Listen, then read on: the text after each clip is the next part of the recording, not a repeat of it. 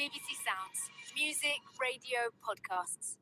Hello, I'm Lauren Laverne, and this is the Desert Island Discs podcast. Every week, I ask my guests to choose the 8 tracks, book, and luxury they'd want to take with them if they were cast away to a desert island. And for rights reasons, the music is shorter than the original broadcast. I hope you enjoy listening.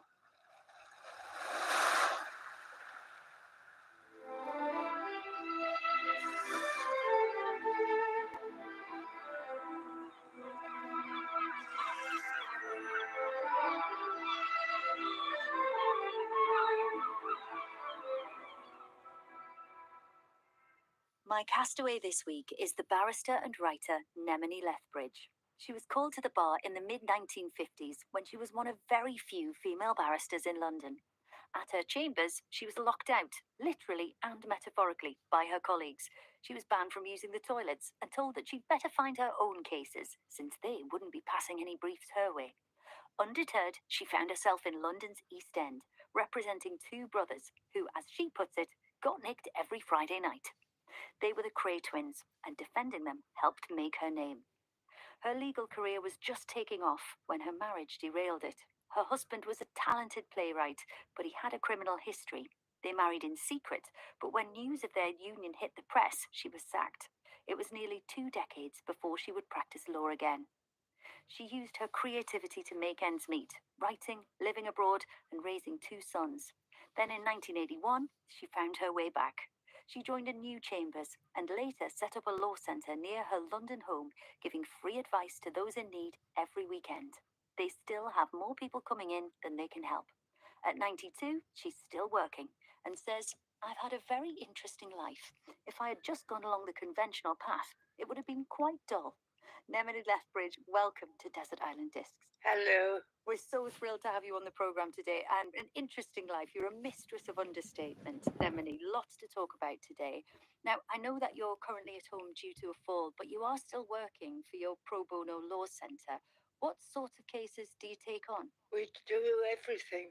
When we started, we thought we'd just do things like housing for local people, but we ended up with all sorts of difficult cases. We're dealing with quite a lot of human trafficking, that sort of thing. It's really whatever doesn't qualify for legal aid, and that now is most criminal cases and things like arranged marriages that don't work. I can see why you want to keep working then. I mean, the human cost of all that and the people that you meet, they really need you. It's so interesting, and certain things make you so angry. You've just got to keep on bashing away. So you've still got that fire in your belly. That's good to hear. When you started out, Nemini, you were one of just a handful of women practicing law. What actually inspired you to take it up as a career? I thought when I was at school that I'd like to go into politics, and I thought this was a good route in. And I've always been very, very political. Back then, I think you wanted to be the first communist prime minister of Britain, didn't you? That's right. That's right. Your work is honoured by something called the Lethbridge White Gloves tradition. It was started by a KC called Katie Gollop. Tell me about it. Oh, that's quite funny. Katie Gollop is a wonderful girl. She's a King's Counsel now. And she was very amused when I told her a story.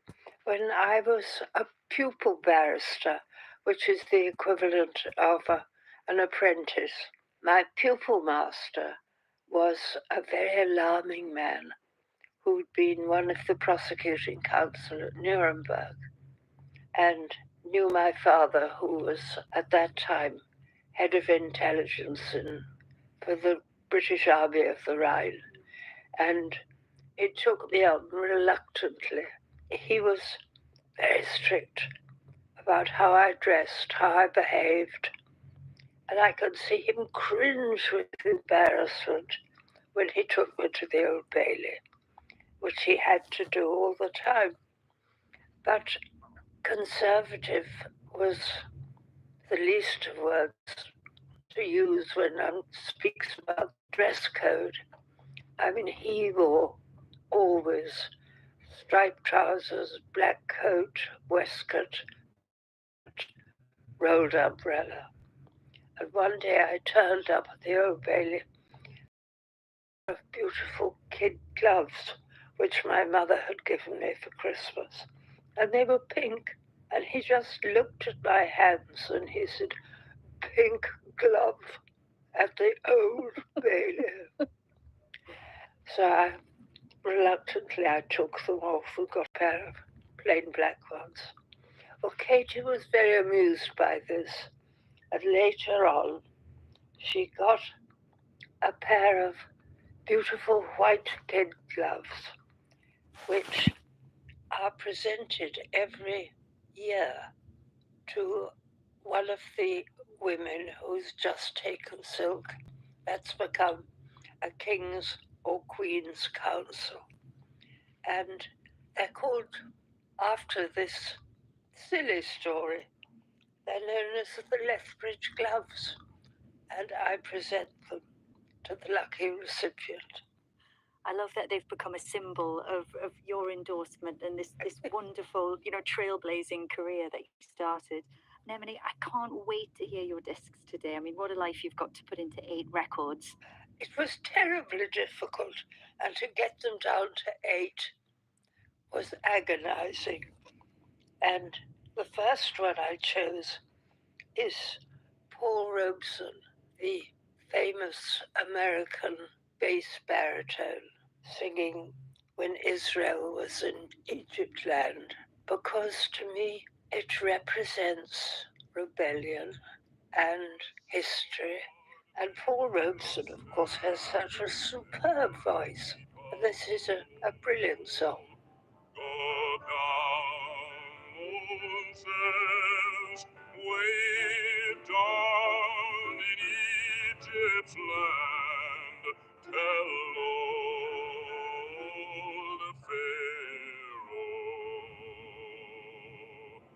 to let my people go. Paul Robeson, Go Down Moses. Nemini Lethbridge, you've described your mother Catherine, who went by the name Nikki, as having quite a streak of wildness. And apparently, your parents' honeymoon was a bit of an adventure. What happened exactly? Oh, they got married in Shimla, as it's called now, in northern India, where the family had a house called Armadale Cottage. And after they got married in Holy Trinity Church, Shimla, they walked into bed. How long did that take? 6 weeks there and back. So they sound very intrepid, adventurous. Yes, they loved the Himalayas, loved mountaineering. And you were born over there, 1932. You were born in Quetta, modern day Pakistan, then pre partition India. I know that you have a remarkable memory. Do you remember your early life there? Oh, yes. I can remember back to 10 months when we were stationed in Jakarta in the Himalayas. So you must have been under a year old. What do you remember about it? I remember the Himalayas in the monsoon, the rain, the mountains, the purple rhododendrons. It's that colour, and I can remember being in my pram and the feeling when it went over a bump and I bumped to the bottom of the pram. A pram maybe not that practical for that kind of landscape. No, it was really made for Kensington Gardens. Your father was in the British Army. He had a very distinguished career. As a younger man, he served in both world wars. I think he spent 3 years in the trenches, which must have been a formative experience.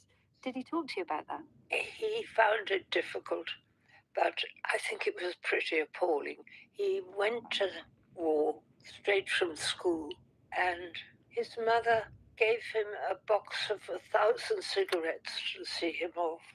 I mean, having survived 2 world wars and the Third Afghan War and civilian life in Germany, preparing the Nuremberg trials, it was cigarettes that killed him. He was on at Mons, Ypres, in Somme, and then he went back to join his regiment. He was in the Bengal Sappers in India, and he was shipwrecked on the way back and landed up on Malta. Your father spent his life in the army, and his career meant that your family moved around quite a lot. Where was home for you as a young girl? Where did you consider home? Well, first of all, in India, then spent a short time in London. Then he sent us to Kent at the beginning of the war. This is the Second World War. And we spent a year there. We were there through the Battle of Britain. And because we were in a village on the North Downs called Harwich, we were directly under the route of the Battle of Britain. And Peter, my little brother, and I used to go out and watch the fighters fighting overhead. And my mother never tried to stop us. She just said, off you go, be back in time for tea. And if the fight gets a bit close, find a nice dry ditch and lie down in it until the all clear goes. That's that adventurous streak of hers coming out again. She was a bit, I think. And then my father thought, this gets a bit rough, we'll go further from London. So he sent us down to a village in Somerset, near Bristol, called Norton Malroad, and we rented a house there. The winter of 1940 to 41, we spent every night in the cellar. We slept in the cellar. Were you frightened? No, Peter and I, we were very young. I mean, I was 7 when the war broke out. We thought this was splendid because we were allowed to break all the rules. We stayed up all night. We had bread and cheese in the cellar at 2 o'clock in the morning. And my mother spent the whole night reading us Peter Rabbit. Then in the morning, Peter and I would go out into the garden with our little string bags and pick up the pieces of shrapnel and things that had fallen down in the Blitz and take them home. And one morning, we picked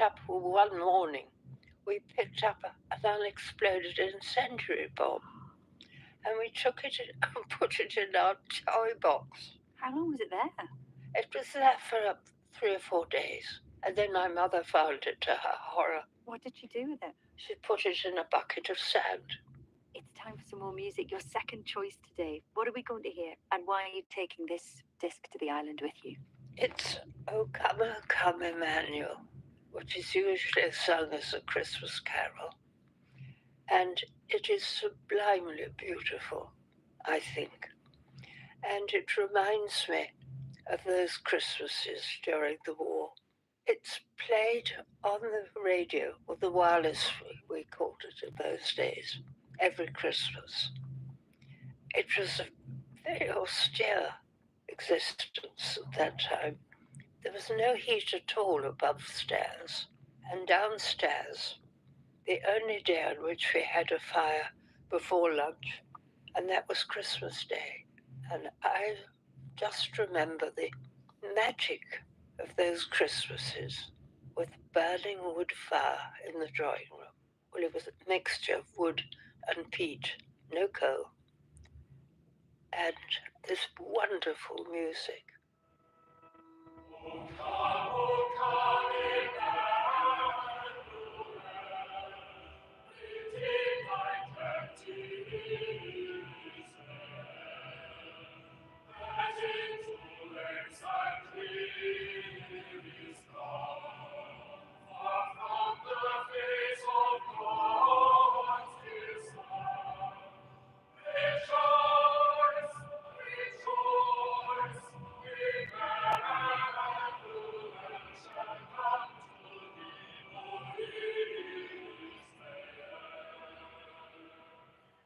O Come, Emmanuel, sung by the choir of King's College, Cambridge. Nemini Lethbridge, you were sent away to boarding school when you were just 9 years old, which seems very young. How did you cope with leaving your family behind? I hated it. Absolutely hated it, and I was miserable at that school. Now I can say it, I never said at the time. Headmaster was a paedophile, but I never told anybody. I had a great friend there, and she used to say, "What's he trying to do?"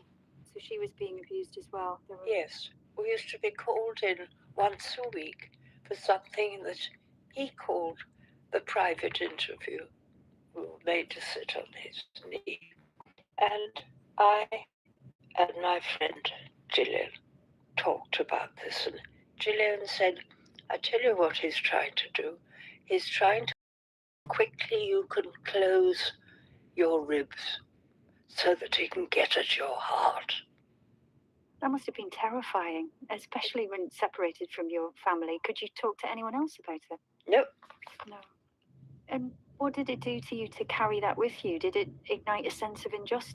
Were you questioning authority? I mean, it must have been awful. Anger, but also shame. You know, that's the odd thing. You feel it's your fault. When you became a barrister, obviously you must have faced many paedophiles in court. You must have seen many cases of child abuse. Did you ever connect that with what you've been through? Oh, yes. Yeah. I didn't much like them. But when you're at the bar and you're a defence barrister, the rule is that you're like a black taxi. If your flag is up and you're available, you have to take the case.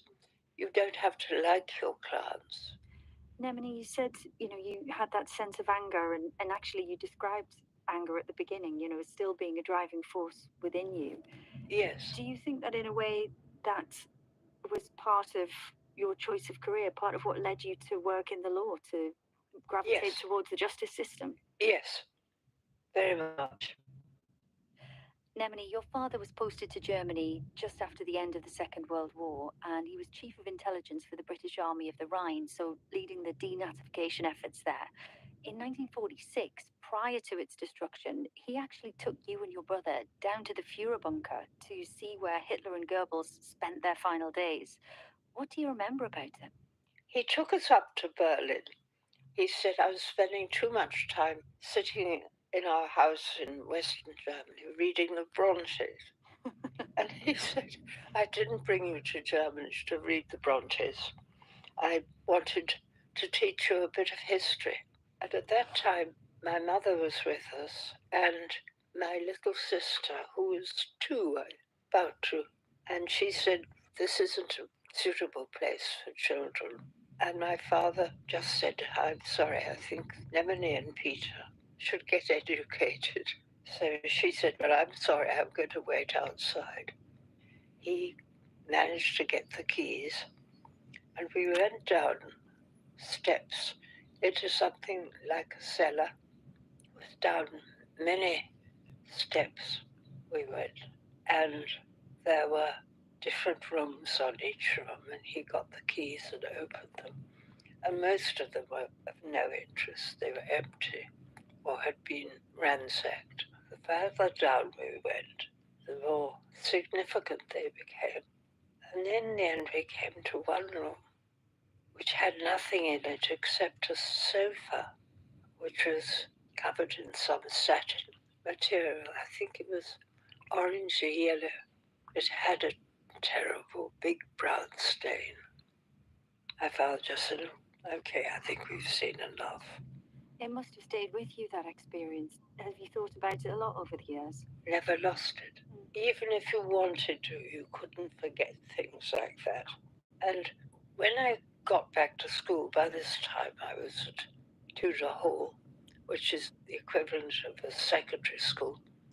And the first day back, we used to eat our meals with the staff. We were supposed to learn dinner party manners by sitting next to a nice civilized teacher.